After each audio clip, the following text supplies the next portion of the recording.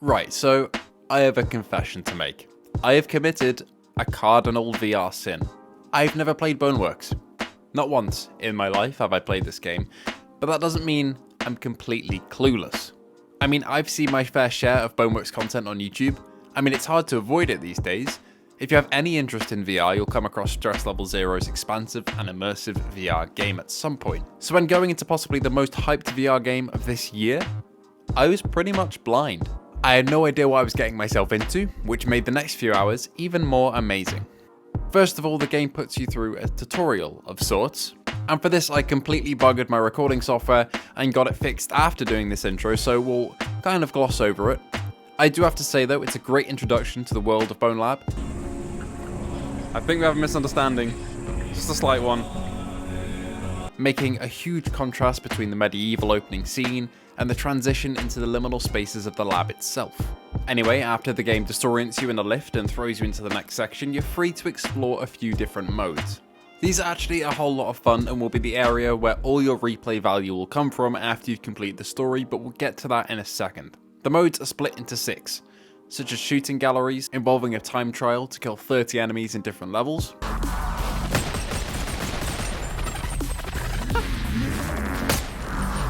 Shit.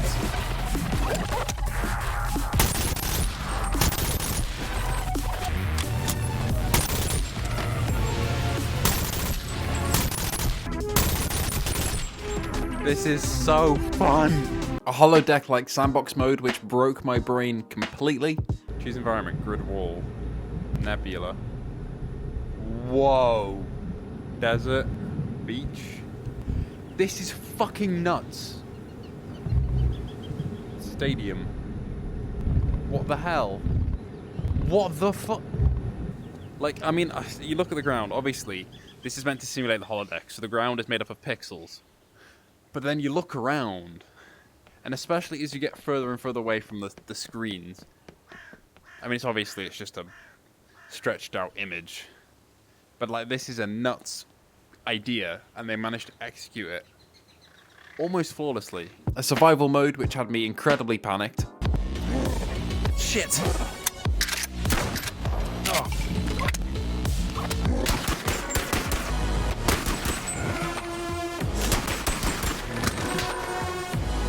An experimental section which I can't really describe, to be honest. I don't really know what's happening here.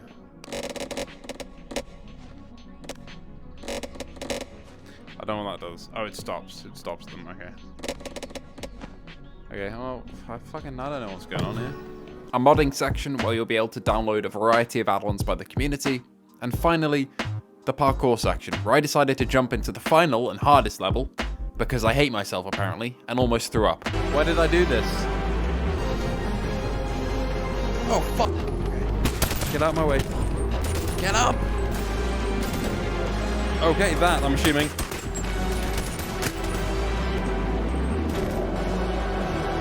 Okay, this is it. I did it. Get me up. Get me up. Get me up now. Okay, we're through. What was my time? Nowhere on that board I can guarantee 14 seconds! All of these modes offer a great amount of replay value on their own, even without mods, but it's the gameplay that really kept me wanting to stay in the game with a monitor taped to my face. Grabbing objects and ledges to pull myself up is some of the most interactive entertainment that I've ever had, and the high energy gameplay of jumping and sliding around in some areas is really a fast-paced thrill ride. The level of realism when handling and firing guns is next level, and although the gun selection isn't as wide as something like Pavlov, you'll still get a breathtaking level of detail with each firearm, and the fact that all the guns interact realistically with the environment is just the icing on the cake. I'd equate Bonelab's modes in its hub to Gary's mod, where you can pretty much do anything you like. There's even a tool gun to spawn in objects and enemies, and everything is just at your disposal, ready to be used.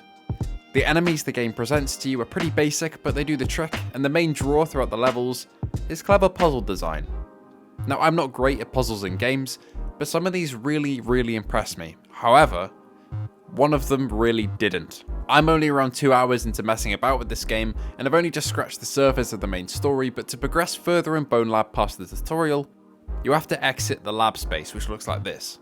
Now to do this, you have to enter every single door here, and then use a crane machine to move several orbs into position over these tubes that then give power to a main door that lets you progress. I may have butchered that explanation, but what I'm getting at here is that to advance the story whatsoever, you have to play a bloody crane minigame, which isn't really my idea of fun and had me baffled for a solid 20 minutes, but I'm just an idiot, I guess.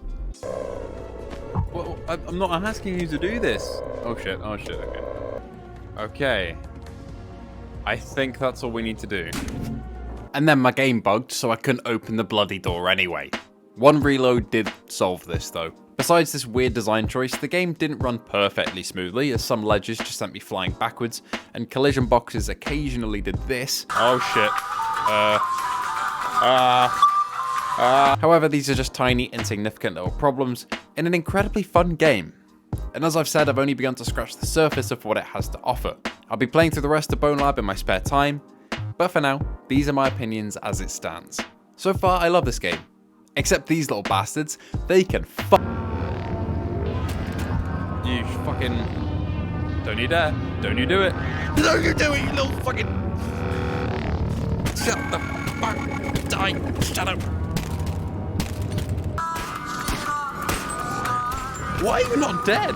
If you've played Bonelab or Boneworks, please leave a comment down below and compare them if you'd like. I'd like your input because I don't really know how they compare between games. Is this game as a sequel, whether it expands on a lot or maybe expands on a little? And just remember, what I've shown you here today is a tiny piece of this game, and I really mean a tiny one.